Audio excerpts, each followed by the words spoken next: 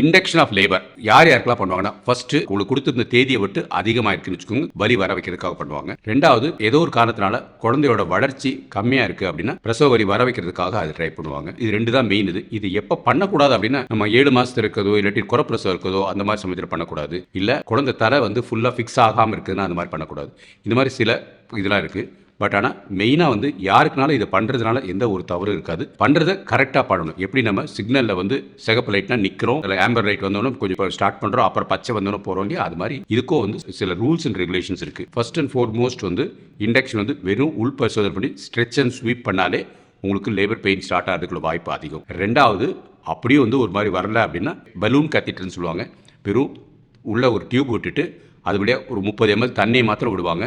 அது 24 மணி நேரம் இருந்துச்சுன்னு வச்சுக்கோங்க, அதுவே பிரசவ வலியை வந்து ஸ்டார்ட் பண்ணும். இது வந்து உள்ளேருந்து கர்ப்பப்பை வாயை திறக்கிறது, இது ரொம்ப சேஃபானது. அப்படி இல்லைன்னு வச்சுக்கோங்க, இந்த மாத்திரை ஒன்று கொடுப்பாங்க, அது ஆக்சுவலாக கொடுக்கக்கூடாது, பட் அதுதான் ரொம்ப சீப்புன்னு கொடுக்குறாங்க. அது இல்லைன்னா ஜெல் வைப்பாங்க.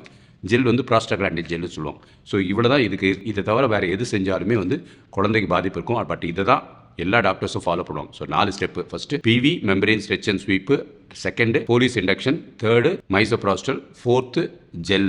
இது ஸ்டெப் வைஸாக ஃபாலோ பண்ணாங்கன்னு வச்சுக்கோங்க, எப்படி 1 to 2 நாள் ஆகும் நம்ம கர்ப்பப்பை வாய் திறக்க. கர்ப்பப்பை வாய் திறந்த உடனே அடுத்த ஸ்டேஜ் ஆக்மெண்டேஷன். அதை நான் 2ஆவதாக போடுறேன்.